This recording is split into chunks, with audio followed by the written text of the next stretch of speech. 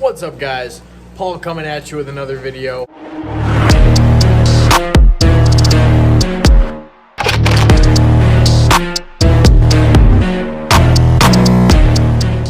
So in this video, I'm going to talk about how we got everybody from the apartment to the house. It was extremely difficult. All of these tanks were set up in our apartment, and it was extremely tight. We had a lot of maneuvering to do to get them out. We had two of my buddies come help. We had two guys on each side of the tank, basically. We would lift the tank off the stand, put it down onto a flat cart. We had two flat carts, and we used those to wheel them out the front door. We put them on a huge enclosed trailer, being that it was wintertime. We were afraid to stick them on the back of my truck or in an open trailer because there was snow on the ground, there was high winds. Not something we wanted to affect the tanks or the seals. So putting them in the enclosed trailer kind of kept the wind off them, and it helped keep the braces from cracking. It helped keeping the glass from cracking due to condensation, hot cold temperature changes, rapid temperature changes. So the enclosed trailer did help. Once we got the tanks to the house, we had to waddle them all the way across the front lawn, all the way around to the back side of the house. We have two Bilco doors on the back side of the house with some very, very steep concrete stairs. Now, we had to quick think. My buddies built a ramp from scratch out of two sawhorses and some extra planks we had lying around the house. We built a very temporary ramp, and we used that to slide some of the larger tanks down into the basement. Once they were in the basement, we got them set back up on the stands, and we placed them relatively close. I'll give you guys a good view of all the tanks. Now, bear with me, the basement is unfinished, so it's got a lot of work that needs to be done to it, but at the time when we moved in, like I said, it was winter time. We had temperatures ranging from 0 degrees to 25 degrees at the highest. So we were dealing with a lot of cold temperatures down in the basement. This basement is not heated, so the heaters inside the tanks were basically pushing themselves to the limit to heat these tanks, and it made it very, very difficult. Luckily, we had no losses due to the temperature. Believe it or not, I came downstairs one morning, even with all the heaters on, these tanks were below 60 degrees.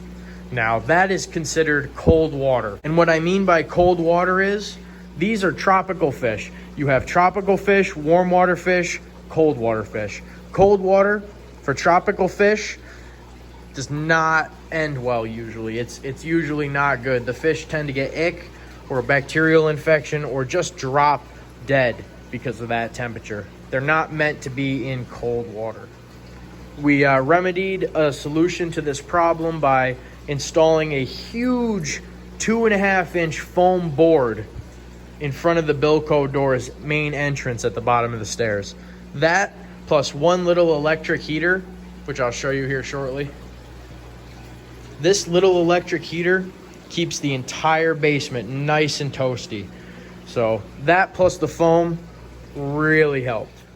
Like I said, the basement is unfinished. It's not the prettiest, but here is just a quick glimpse of the 2.5-inch foam board that I placed in front and kind of wedged into the Bilco door entrance. I got duct tape running down the sides, so it's got no wind, no air escaping through, and I used some of that, what's it called? The Good Stuff crack and gap filler, and I filled up all that with the foam stuff, so that helped pretty good. Another problem we ran into with setting up the tanks at the new house is the breaker panel. We used to run on 200 amp service at the apartment. When we moved to the house, it was 100 amp service. That was a huge issue. We're still running on 100 amp service, but we were able to connect all of these tanks, everything you see, to a 30 amp breaker on the panel, which you could pretty much run. I could probably add more tanks, more filters on a 30 amp breaker. So we were on a 15 amp breaker at the time. Every 5 to 10 minutes, I was blowing fuses. I would come downstairs, the lights wouldn't turn on, the heaters would be off, the filters wouldn't be running, all because there was just too much load on a 15 amp breaker. So Luckily, we fixed all that. Now that we're on a 30 amp breaker, we're still on a 100 amp service. We're gonna try to get upgraded to 200 amp service as soon as possible. It's just very pricey, so we have to save up a little bit and get that fixed. But all in all, the current tank setup at the new house in the basement, it is pretty bare bones, being unfinished. Like I said, we've got the 10 gallon, the turtles, the 40 gallon, 40s, 30s, 65, 210, 125. Back here's the 180 with all the peacock bass in it. And then if you come around here, we've got the big comet goldfish inside the tub tank, 65 barramundi, smallmouth bass, all the peacock bass, arowana, Florida spotted gar. But everybody made it successfully, and that's really all I could ask for. Like I said in the beginning of the video, it really wouldn't have been possible if I didn't have the help of my good friends. So I appreciate everything they've done for me, everything they've done for the fish. All in all, great people. So shout out to them. Huge thanks for making everything possible. Now you're probably wondering, where are the two 265 gallon tanks? Well, they are upstairs. That's not something I wanted to do per se, but we just, at the time, the 265 gallon tanks, being all glass, are just too heavy. We needed at least 6 guys. We needed the suction cups on the sides to hold on to it. It was just, it's got to be at least 400 plus pounds. It's unbelievable how heavy the tank is. So we left the 2 of those upstairs, and we didn't have quite a good enough ramp set up at the time to get those downstairs. We were for sure going to break them. So just for safety reasons, we left them upstairs. We weren't trying to hurt ourselves or the tank, or if we break the tank, there's nowhere to put the fish, basically. So we set them up upstairs in the living room. I'll get footage of that. I'll show you guys that. But eventually those fish are going to come downstairs. We're going to put them in something else, and I'm not going to tell you what we're going to put those in. So that's going to be in another video, but you guys have to stay tuned to check that out. That's going to be something pretty cool. I'm pretty sure you guys are going to like it. So now, of the move in itself, I don't have the best footage. I was able to get kind of like in between shots. We'd have before of the tank and then when the tank was completely torn down. I didn't get any footage draining or moving the fish to the tubs. It was just too hectic. We were on a time limit, basically. We had a quick schedule we had to pretty much fit to, so there wasn't enough time to really get the best footage. But I will play for you everything I did get, and then I'll explain to you all of what happened. Check it out, guys. Both the 40-gallon tanks are gone. This is where they were. Big empty space now. Getting there. Place is a mess, but big progress. Lots of steps. Bam. That's where the 30 gallons were. They were hanging out in the closet.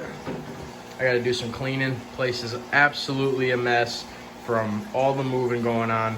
Next, we're gonna be moving the turtles, the snake, goldfish, leopard gecko, and the bearded dragon. So stick with us, guys. All right, we just got 2 of the 40 gallons, 2 of the 30 gallons to the new house, currently in the garage. Got the stands, gonna get set up. All the fish are in buckets. So we'll get back to you when we got them all set up again. All right, guys, we're just about to fill them up with water. It's not the best setup. The basement that we are setting these up in is unfinished, so it's bare bones, concrete floor. So probably around this spring or summertime, we'll end up moving the tanks again and refinishing the entire basement. We're thinking about going with tile, if not some kind of like vinyl or laminate snapboard flooring or something like that. But about to fill these up with water, get the fish back in them, and stay tuned, guys.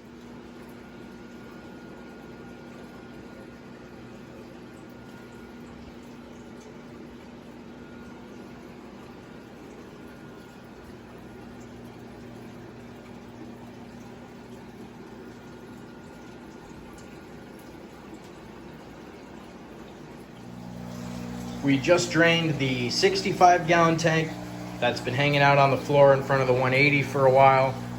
It had 2 smallmouth bass in it and 1 barramundi. Both of those, well, all 3 of those are in buckets right now. We saved some of the water so we can add the established water plus some new fresh water once we get there. And we're gonna take the goldfish inside the mini pond tub, and we're gonna take the African lungfish alongside the 40-gallon, and all of the turtles slash guppies. So stay tuned for that. I'll show you this when we're all set. All right, guys, we just got back to the house. We got all the fishing buckets from the traveling, the 65, the 40-gallon, then we've got what we set up yesterday, 30s and 40s. So we're gonna find a spot for these. These were the tanks that were on the floor with the lungfish and those smallmouth bass. We don't have a stand for those, unfortunately, but we can build one in no time. So we're gonna get this all set up, and then we'll show you what it looks like. Some progression going on. Gonna stick the 40 there, 65 here, just for temporary, till we can remodel a space, basically, for them. This is gonna be where they're gonna be located, probably for a few months, I would say. Hopefully not that long, but we wanna be able to paint the basement, waterproof it, paint the floor, the walls, get rid of all the cobwebs, spider webs, dust, dirt, rocks, pebbles, stuff like that. And then we'll really build a killer fish room, so stick with it, guys.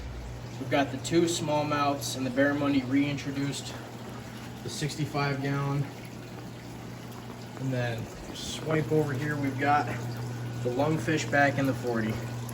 So all in all, looking pretty good. We gotta get the lids on, gotta get the heaters in, but we've got tank, tank, tank, looking good.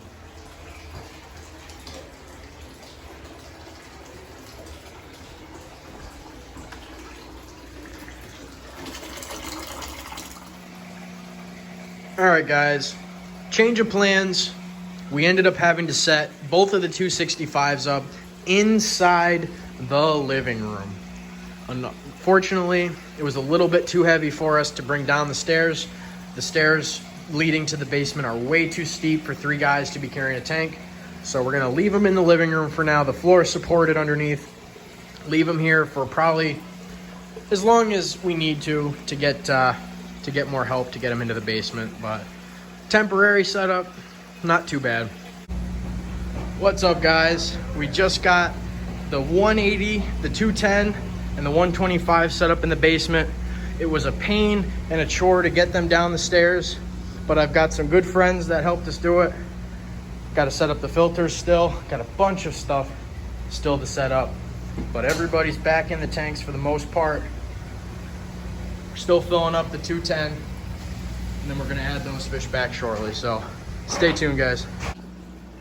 Before we throw them in, just wanted to show you how big this tiger shovel-nose marble acara has gotten. Very big. Check it out, guys. Look how empty the fish room is. We had the 210 here, the 125 here, and the 180 here. And as you can see, it is bare bones. We have nothing but the little turtles left that we're gonna be taking home.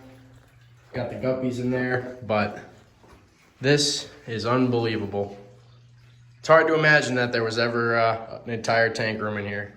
As always, guys, thank you so much for checking out the video. And if you liked it, make sure to give a thumbs up and subscribe to the channel if you're new. If you want to stay updated with all the videos I'm producing, everything like that, make sure you hit the little bell as well, so that way you'll know when I drop new content. Alrighty, guys, have a good one.